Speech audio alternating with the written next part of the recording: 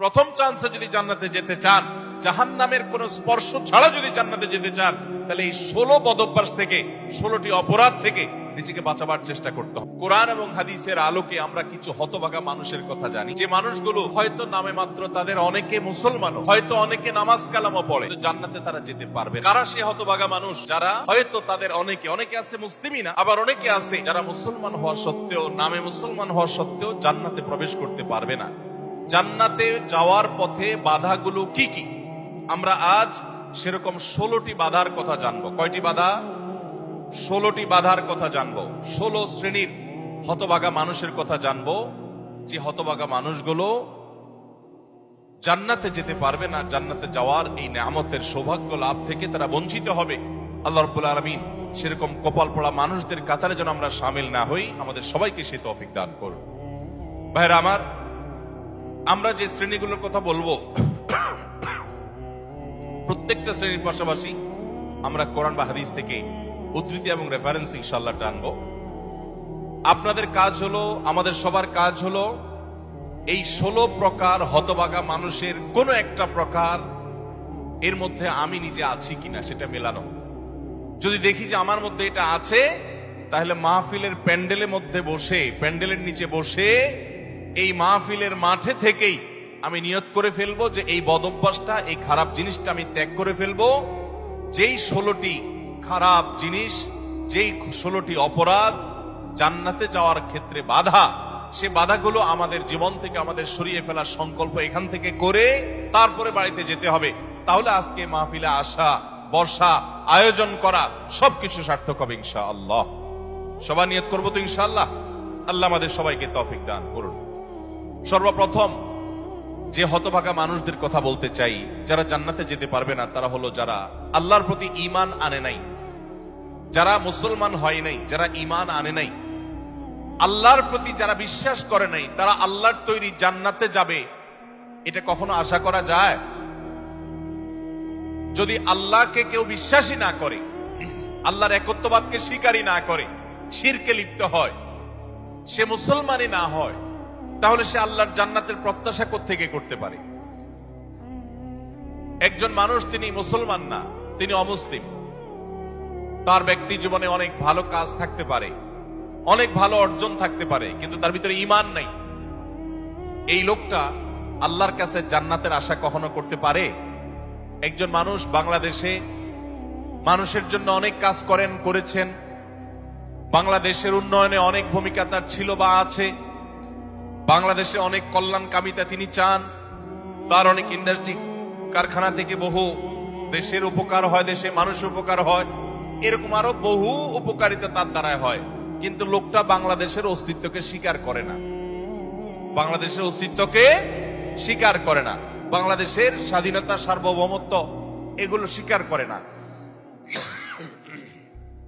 সে যদি বাংলাদেশকে অস্বীকার করে, বাংলাদেশ রাষ্ট্রের বিরুদ্ধে বিদ্রোহ করে, তাহলে এই ব্যক্তিকে বাংলাদেশ রাষ্ট্র বা রাষ্ট্রের তরফ থেকে রাষ্ট্রীয় কর্তৃপক্ষ কখনো তাকে রাষ্ট্রের কোন সম্বর্ধনা, রাষ্ট্রের কোন বিশেষ সম্মাননা ওই ব্যক্তিকে কখনো দিবে?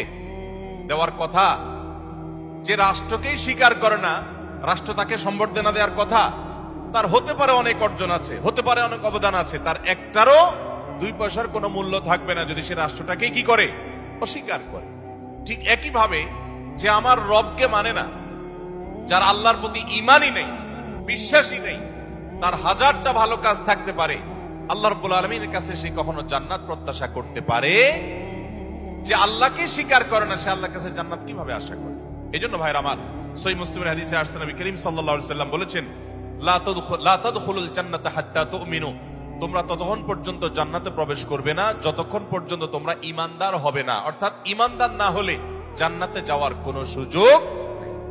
এই প্রথম শ্রেণীর মানুষ, তারা দুনিয়া থেকে যদি ঈমান ছাড়া যায়, তাহলে সেক্ষেত্রে চিরকাল তারা জান্নাতে নিষিদ্ধ থাকবে, অনন্ত অসীমকাল জাহান্নামে তারা থাকবে, জান্নাতে কখনোই আসতে পারবে না। আর বাকি 15 শ্রেণীর মানুষ যারা আছে, এরা এক সময় তাদের পাপ এবং অপরাধের প্রায়শ্চিত্ত করার পর, এর শাস্তি পাওয়ার পর আল্লাহ তাআলা চাইলে তাদেরকে জান্নাতে দিতে পারেন এবং তাদের ঈমান যদি থাকে, কোনো না কোনো সময় তারা জান্নাতে যাবে, তাদের গুনাহগুলো মাফ হওয়ার পর অথবা শাস্তি হওয়ার পর, যেহেতু তারা ঈমানদার। এটাই হলো আহলুস সুন্নাহ ওয়াল জামাতের বিশ্বাস এবং আকীদা, যে মুরতাকিবে কাবীরা, কাবীরা গুনাহ করে দুনিয়া থেকে যদি কেউ জাহান্নামী হয়ে যায়, সে চিরকাল অনন্ত অসীমকাল জাহান্নামে থাকবে না, বরং সেখান থেকে এক সময় না এক সময় সে বের হয়ে আসবে। এটাই আহলুস সুন্নাহ জামাতের আকীদা। মুতাজিলা সহ কিছু ভ্রান্ত ফেরকার মানুষের বিশ্বাস হলো যে জাহান্নামে একবার যে যাবে সে চিরকাল সেখানে থাকবে। বিভিন্ন আয়াতের অপব্যাখ্যা তারা করে থাকেন। যাই হোক, তাহলে প্রথম শ্রেণীর কথা আমরা জানলাম, যারা জান্নাতে নো এন্ট্রি, তাদের জান্নাতে প্রবেশের সুযোগ থাকবে না, তারা হলো যাদের আল্লাহর প্রতি ঈমান নাই, যারা মুসলমান না, যারা ঈমানদার না, তারা চিরকালের জন্য জান্নাতে নিষিদ্ধ থাকবে। এক নাম্বার। দ্বিতীয় যে প্রকারের মানুষ জান্নাতে যেতে পারবে না, বা দ্বিতীয় যে বিষয়টি জান্নাতে যাওয়ার পথে বাধা, সেটি হলো আত্মীয়তার সম্পর্ক ছিন্ন করা।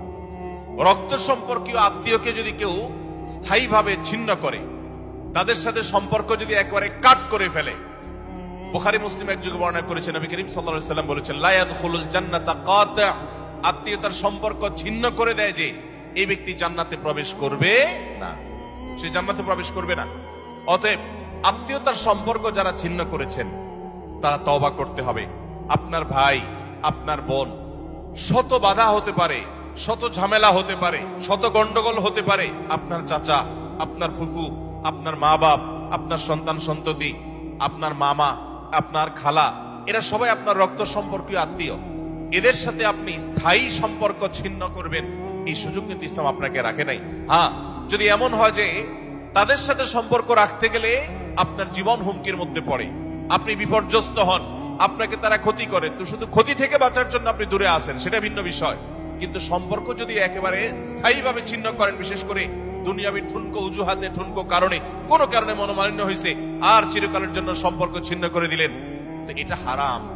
এই লোক যদি নামাজিও হয়, এই লোক যদি ওয়াজ মাহফিলেও আসে, এই লোক যদি জিকির আজকারও করে, এই লোক যদি তাসবিহ তেলাওয়াতও করে, যেহেতু সে আত্মীয়তার সম্পর্ককে ছিন্ন করে ফেলেছে, এই লোক জান্নাতে প্রবেশ করতে পারবে না যতদিন না সে তওবা করে তার পাপ থেকে, অপরাধ থেকে সে ফিরে না আসছে। ভাইরা আমার, তাহলে জান্নাতে যাওয়ার ক্ষেত্রে দ্বিতীয় বড় বাধা হলো এই বিষয়টি, অর্থাৎ আত্মীয়তার সম্পর্ক ছিন্ন করা।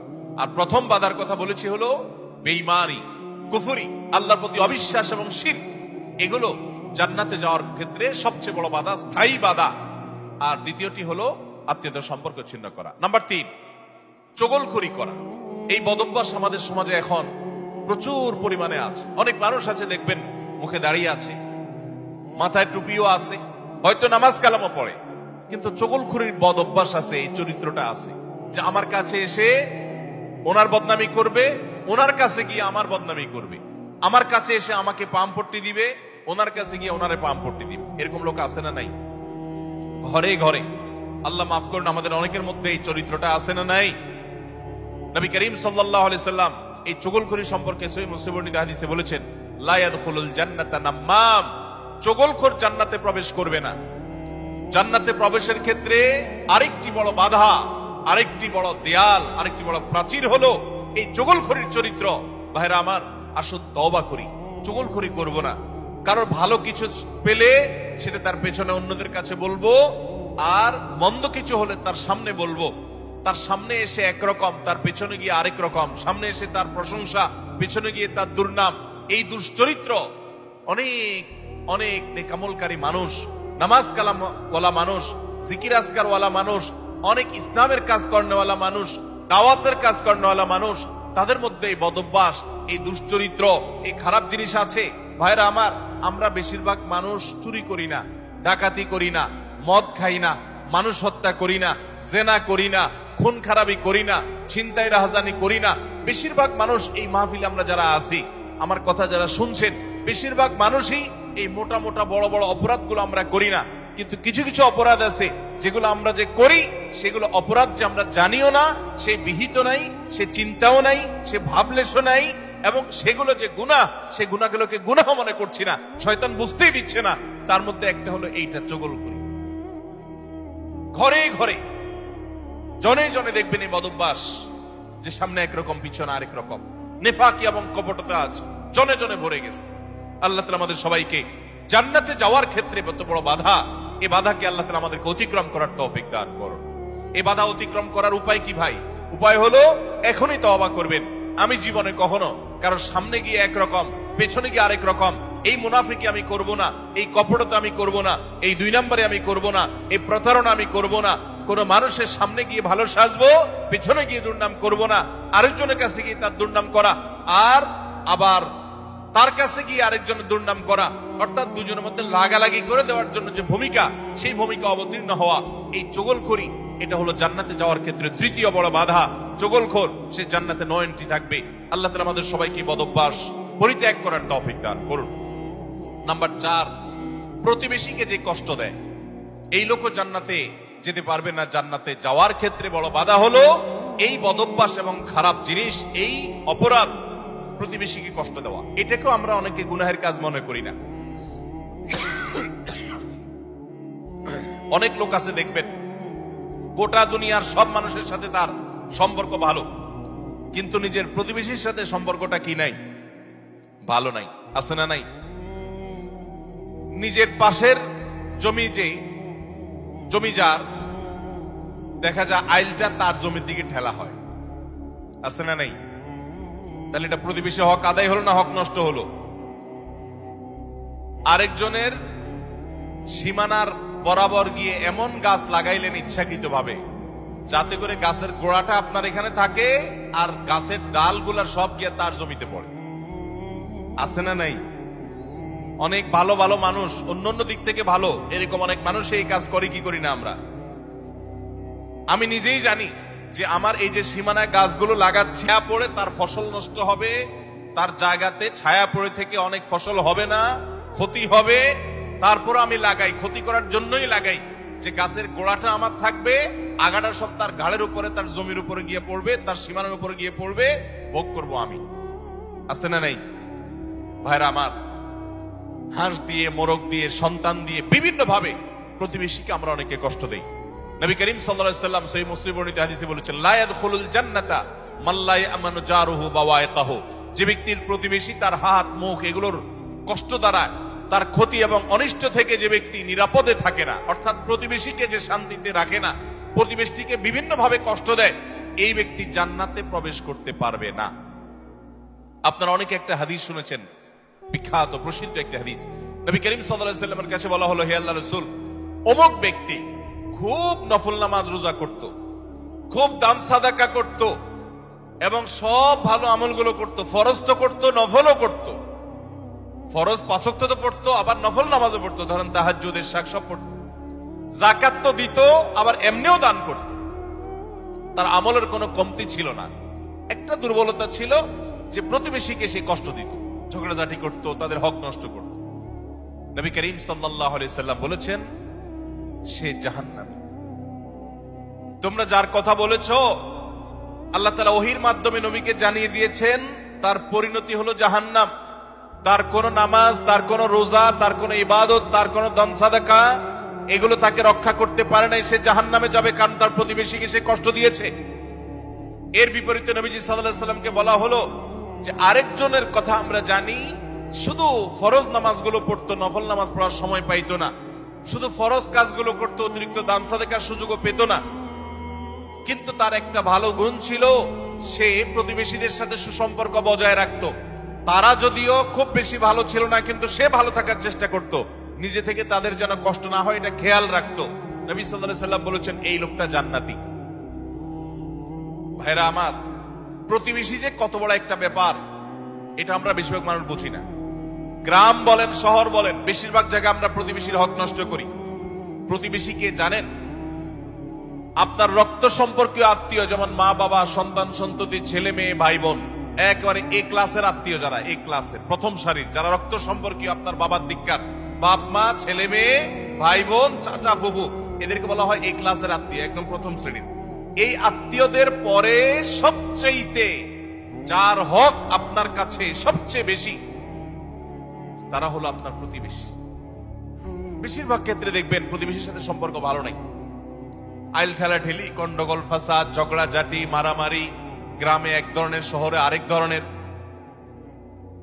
শহরে ধরেন ধুমধাড়াক্কা গানের ভলিউম দিয়ে আশপাশের প্রতিবেশীকে কষ্ট দিচ্ছেন, ময়লাটা বের করে আপনি আপনার দরজার সামনে রাখছেন, প্রতিবেশী বের হয়ে নাকে হাত দিতে হয়েছে, আপনার জুতাগুলো তার ফ্ল্যাটের সামনে চলে গেছে, তাকে আপনি কষ্ট দিচ্ছেন, আপনার বিল্ডিং এর পাশের জায়গাটা খালি আছে, ময়লাটা সেখানে ফেলতেছেন, আপনার বাচ্চাদেরকে দিয়ে তারে কষ্ট দিচ্ছেন, গ্রামে দেখা যায় হাঁস মুরগি দিয়ে প্রতিবেশীকে কষ্ট দিচ্ছেন, আপনার ছাগল গিয়ে তার জিনিসপত্র খেয়ে ফেলছে, আপনার বাচ্চারা গিয়ে তাকে ডিস্টার্ব করছে, আপনার গাছগুলো গিয়ে ছায়া হয়ে তার জায়গাতে ক্ষতি করছে, তার জায়গা বরাবর আপনি পুকুর কাটতেছেন যাতে করে ভেঙে আপনার এখানে পড়ে।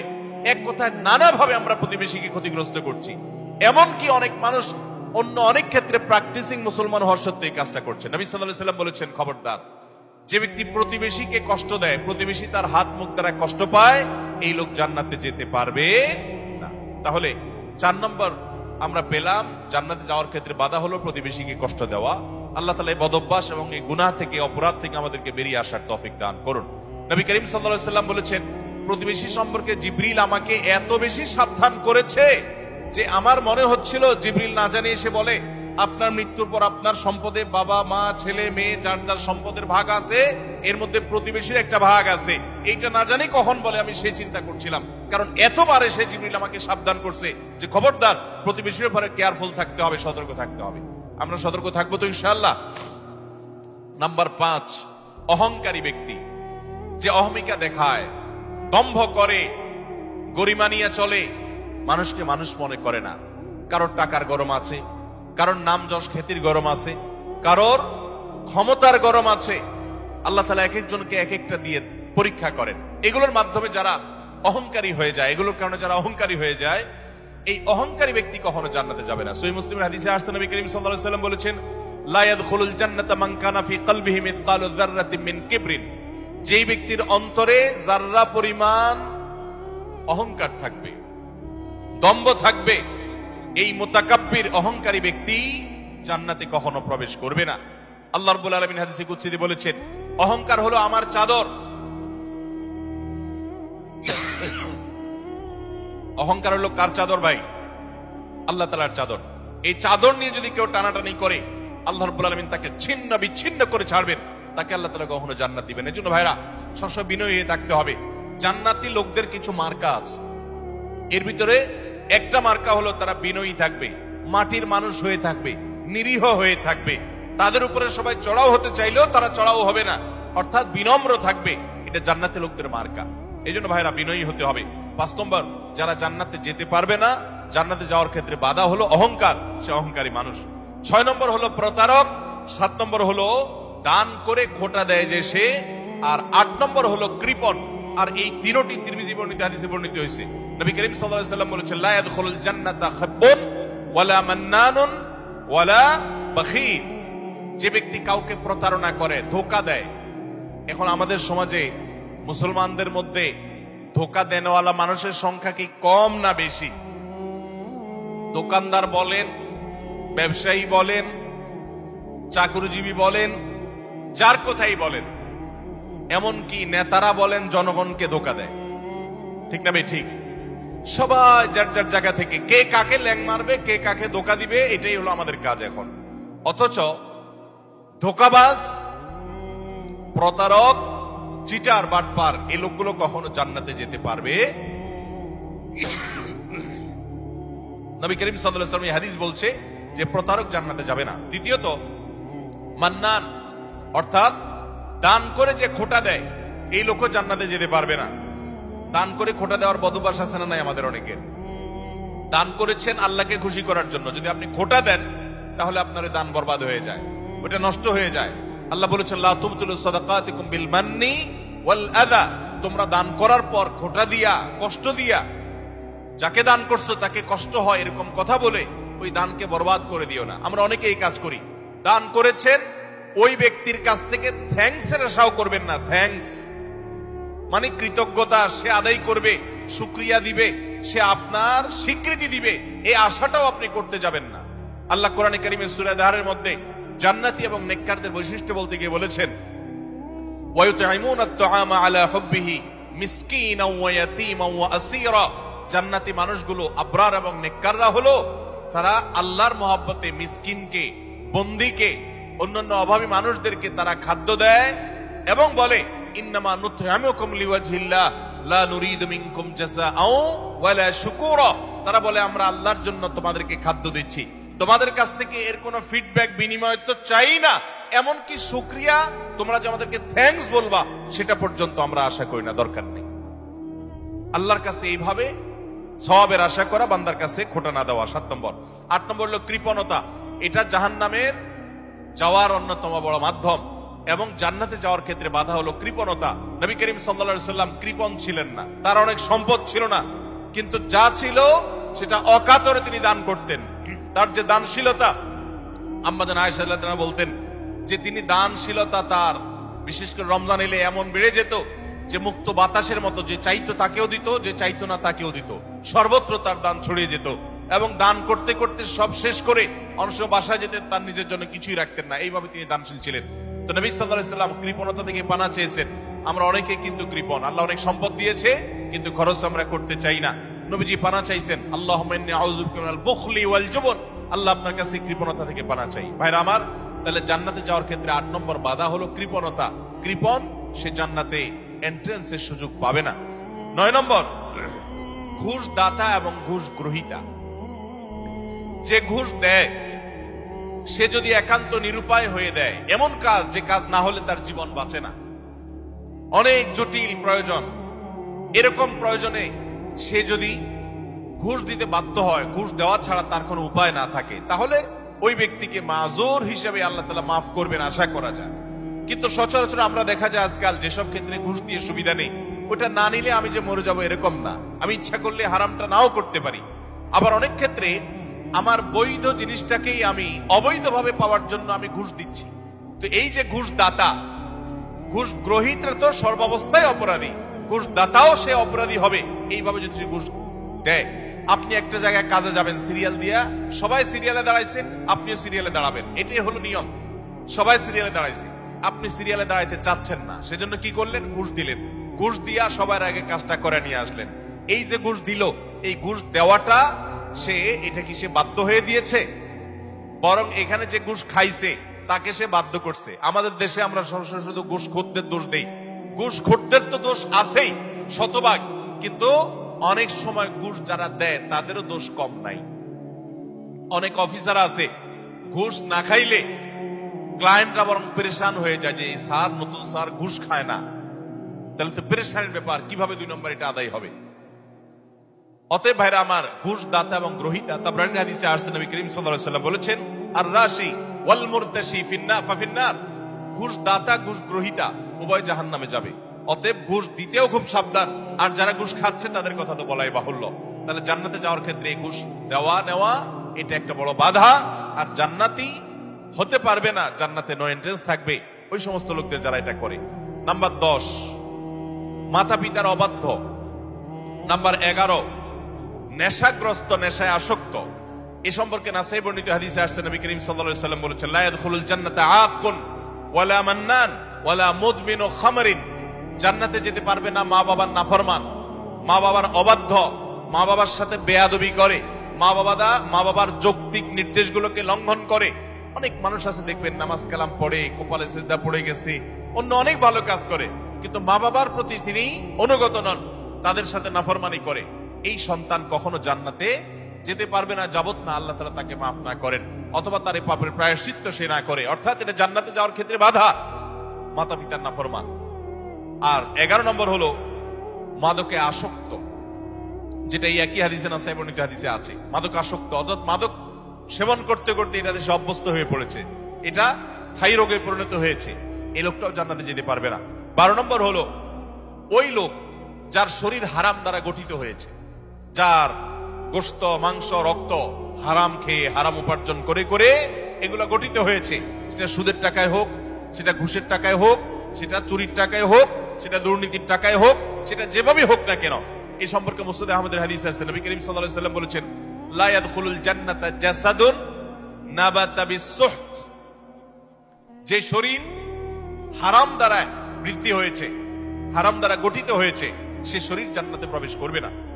এটা হলো 12 নম্বর। 13 নম্বর হলো অহংকারী ব্যক্তি, যে শুধু অহংকার করে তা নয়, অহংকারের পাশাপাশি আরেকটা বদভ্যাস আছে, আরেকটা রোগ আছে, যে রীতিমতো কাউকে পাত্তা দেয় না এবং গোয়ার কিসিমের হয়, গোয়ার কিসিমের হয়, খুব তেড়া কিসিমের হয়, শক্ত মেজাজি হয়, কোনোভাবেই সে নরম হতে চায় না। এই উতুল এবং জাওয়াজ আবু দাউদ শরীফের হাদিসের বর্ণনা মতে এই টাইপের মানুষও জান্নাতে যেতে পারবে না, যারা অনেক বেশি এরকম গোয়ার হয় এবং রূঢ় স্বভাবের হয়। স্বভাবটাই হলো রূঢ়, স্বভাবটাই হলো রুষ্ট, সে সবসময় মানুষের সাথে এরকম কঠোর স্বভাবের হয়, তার মনটাই হলো পাথরের মতো। এই মানুষগুলো জান্নাতে যেতে পারবে না এবং আবু দাউদের হাদিস সেটি বলছে।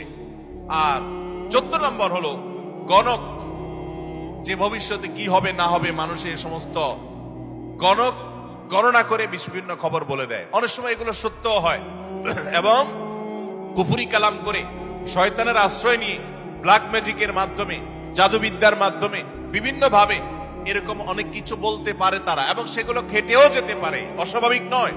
কিন্তু এই যে অসৎ উপায়ে কুফরি কালামের মাধ্যমে, জাদুর মাধ্যমে শয়তানের আশ্রয় নিয়ে ভবিষ্যৎ সম্পর্কে বলে দেয়, এই রকম গণক যারা, এরাও জান্নাতে যেতে পারবে না। এমনকি তাদের কাছে যারা যায়, যারা তাদের কথা বিশ্বাস করে, আস্থা রাখে, এদের ইবাদত পর্যন্ত একটা মেয়াদ পর্যন্ত কবুল হবে না, হাদিসে বলা হয়েছে। তাহলে 14 প্রকার হলো এই গণক। আর 15 নম্বর হলো জাদুকর, যারা ব্ল্যাক ম্যাজিক করে মানুষকে। আজকাল এই ব্ল্যাক ম্যাজিক ভাই ঘরে ঘরে হয়ে গেছে, ঘরে ঘরে দুষ্ট জিনকে দিয়ে শয়তানের আশ্রয় নিয়ে ব্ল্যাক ম্যাজিশিয়ানরা ব্ল্যাক ম্যাজিক করে। দেখবেন যে বিভিন্ন পোস্টারে লেখা কামরূপ কামাখ্যা থেকে প্রশিক্ষণ প্রাপ্ত, আছে না নাই? ফেসবুকে দেখবেন বিভিন্ন কমেন্টে এরকম পোস্টার পোস্ট করে অনেক অনেক লোক। আবার অনেক সময় দেখবেন বিভিন্ন জায়গায় জায়গায় এগুলো আছে। ঘরে ঘরে দেখবেন এমন অনেক রোগী আছে যেই রোগীদের কোনো ট্রিটমেন্ট ডক্টররা করতে পারছেন না। দেশ বিদেশ ঘুরে, বহু হাসপাতাল ঘুরে, বহু ট্রিটমেন্ট নিয়েও কোনো চিকিৎসা করাতে পারছেন না, কোনো ট্রিটমেন্ট হচ্ছে না, সুস্থ হচ্ছে না। এগুলোর একটা অংশ, আমি সবগুলো বলছি না, একটা বড় অংশ ব্ল্যাক ম্যাজিকের রোগী। আস্তে আস্তে শেষ হয়ে যাচ্ছে। বিভিন্ন বর্ণনা আছে সম্পর্কে। ব্ল্যাক ম্যাজিক এটা ওটের উপর যদি পড়ে তো ওটকে পাতিল পর্যন্ত নিয়ে যায়, অর্থাৎ শেষ হয়ে যায়, জবাই করে খাওয়া ছাড়া উপায় থাকে না, আর মানুষকে কবর পর্যন্ত নিয়ে ছাড়ে।